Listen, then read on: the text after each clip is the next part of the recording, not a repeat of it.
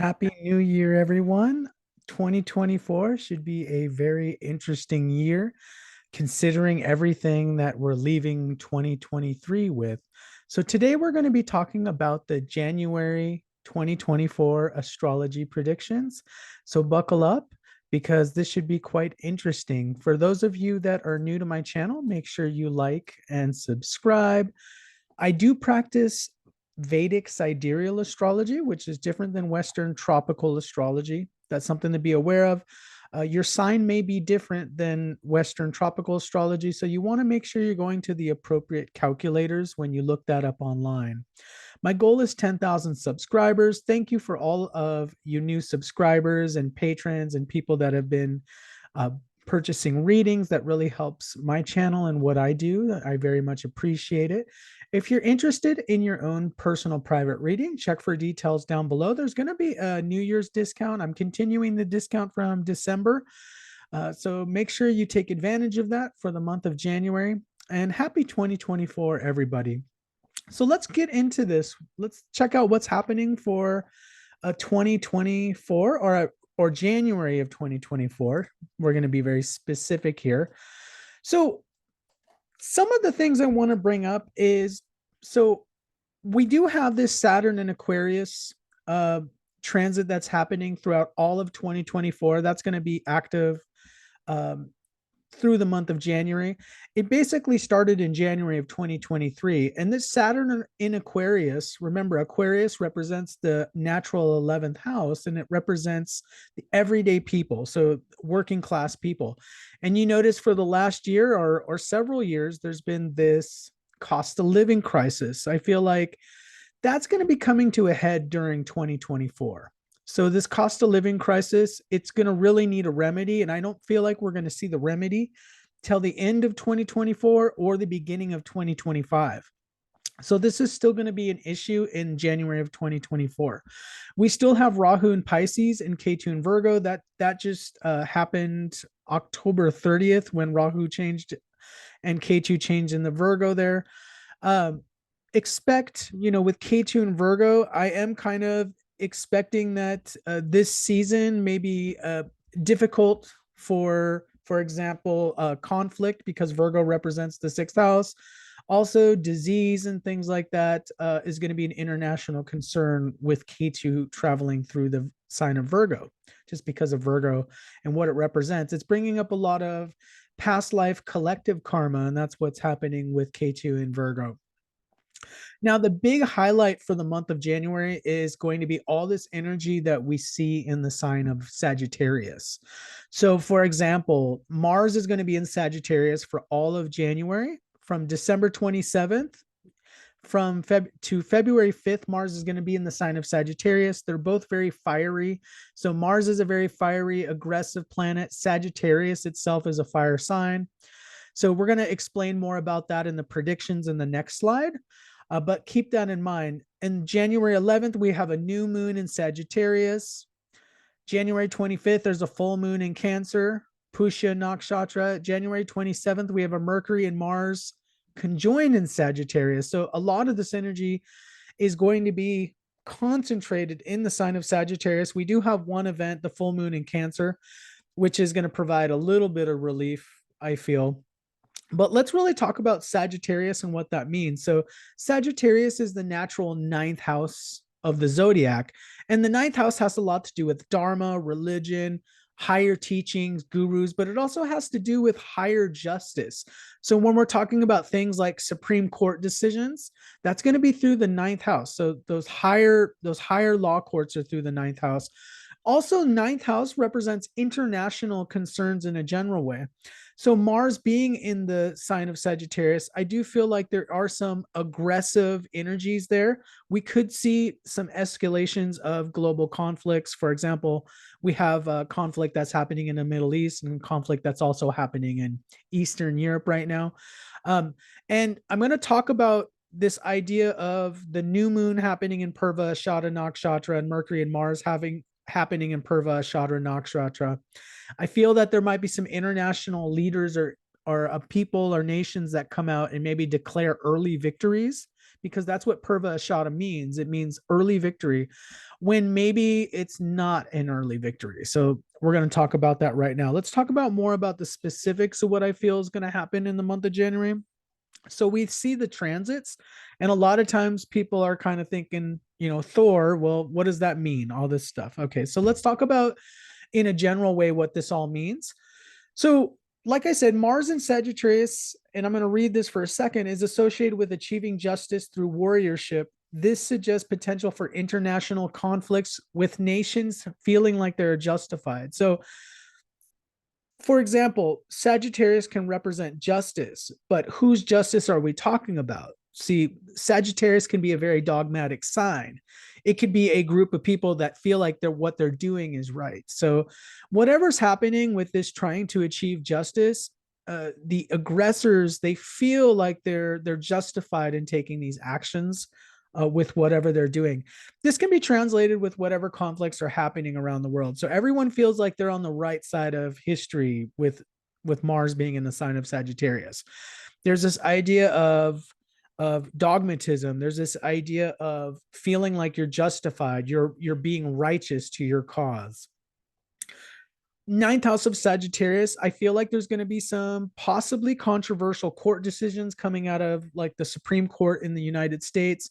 You may have noticed that there's been a lot of news recently of Donald Trump. Donald Trump apparently has been removed from the ballot from a couple of states in the United States. And I think that they're trying to appeal to the Supreme Court. There might be some sort of emergency session or emergency hearing with that. This is quite likely going to happen in January with these energies happening. So, and I feel like whatever decisions made is going to be very disturbing for a lot of people. So Mars, Mars in the sign of Sagittarius, it's not necessarily a happy energy. This could be a very disruptive, a lot of anger involved here.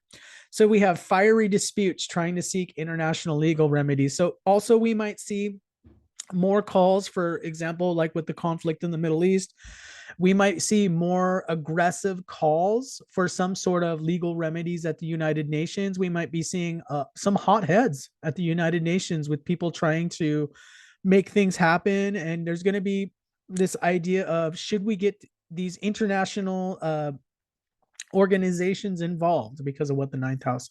We need to find some sort of justice in this situation. Mars and Mercury, they're going to be going conjunct on the 27th. And I found this interesting, but Mars and Mercury conjunct together can mean a war of words. So we might see some sort of combative discussions about things. And we might even see this in the media. We might see two sides of some sort of polarity. One side's in the media giving their story, the other side's in the media. We're going to definitely see some sort of information warfare during the month of January. We might even see this in the United States. This might even be reflected as far as the two-party political system, the Democrats and Republicans. We might be seeing this war of words, and this we're right and no, we're right kind of conflict. So there's definitely a sense of strong polarity this month of conflicts that are trying to seek remedy, but they're not getting that remedy. That's why I feel like all this energy in the Nakshatra Purva Shada, where these people are declaring this early victory, I don't think that it's a victory yet. We haven't achieved that justice yet in January. There's still a lot of gears grinding. I just talked about a few minutes ago the Saturn and Aquarius energy that's going to be still haunting January, but most of 2024. I feel like during 2024, we're likely to see this cost of living crisis come to a head as far as some sort of financial crisis. We haven't seen that crisis fully manifest, but the average person feels it. The average person is wondering, how are they going to make the rent? How are they going to pay for food? How are they going to pay all these bills and debts that they have?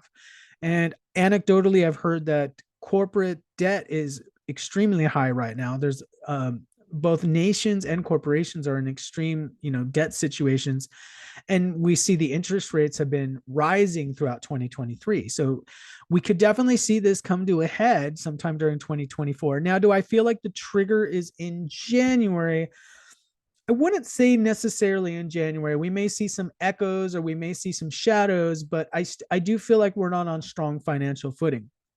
Now, this last month of December, I was seeing the news headlines, and the news headlines were kind of touting this, that stock markets were at all-time record highs. Uh, excuse me. Well, I think this is going to be reflected in, excuse me for a moment. I feel like we're going to continue to see this idea of the Wall Street versus Main Street. So we're seeing this huge disconnect where we're seeing the news is telling us that the economy is going so well, and they're saying this stock market is hitting these new highs, and everything is just great, and there's all these jobs, but then the average person is kind of wondering, like, where's all this abundance and prosperity, because we're not seeing it. So there's a huge, this divide between Wall Street and Main Street is becoming a very huge divide.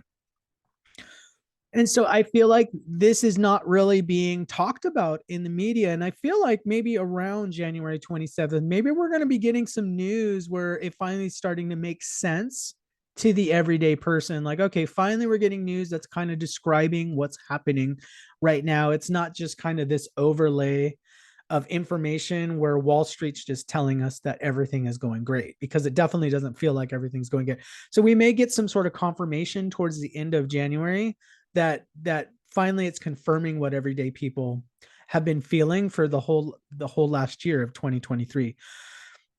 Again, Purva Shada, the new moon, and this conjunction with Mars and Mercury in the sign of Sagittarius, this early victory that everyone's thinking, I feel like it's way too early in the year. I feel like this energy is still kind of like in the background. We're not going to see a remedy to the financial issues till it could even be beginning of 2025. Okay, so I think things are coming to a head. We're also going to see during the 2024 more of this divisiveness as far as the politics, especially in the USA, and we'll do some more videos on that. So I think we're going to have a very interesting year. I think we're going to see some interesting and very shocking truth revealed also. So also January is going to be about truth. So Sagittarius is about new truth being revealed. So that's what I got for you for the month of January. Let me know what you think is going to happen down below for the month of January. Also, feel free to comment if you want me to do some astrology charts. I'm going to be continuing more of the astrology charts on the royals. We might even look at some of the politics situations. So maybe we'll look at President Biden and then former President Trump. So we'll take a look at their charts throughout January as well. So thank you for watching and take care and have a wonderful, happy 2024.